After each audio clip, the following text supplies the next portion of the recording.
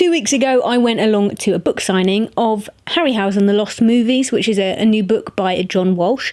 It's an incredible read, and it goes through all of the movies that Harryhausen contributed to or could have made, but for whatever reasons, they weren't made. I won't give any spoilers, but you should definitely get this book if you are a Harryhausen fan.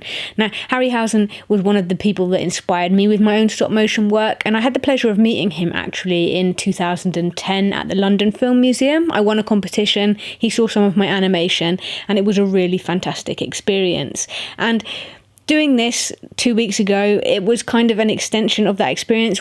I just wanted to share with you my day, and it was really cool. Vanessa Harryhausen, Ray's daughter, was there, and all of the other people that are in charge of the Ray and Diana Harryhausen Foundation. And after the book signing, there was a screening at the Regent Street Cinema of the remastered Seventh Voyages of Sinbad, which was in 4K. It was incredible, so we got to see that on the big screen. And then there was also a Q&A and a look at some of the bits that Harryhausen did that didn't actually become films. So we were shown some exclusive clips of things, and they are explained in greater detail in John's book. A really nice touch was that there was a final word from the man himself as well. There were a number of other stories I wanted to develop, but few of them came to the production stage. Computer animation today seems to dominate the field of entertainment, but I still believe there's room for every known technique depending on the type of tale to be told. After all, the main reason for putting anything on the silver screen is to entertain. The method used in this process is always secondary to a good, comprehensive visual story.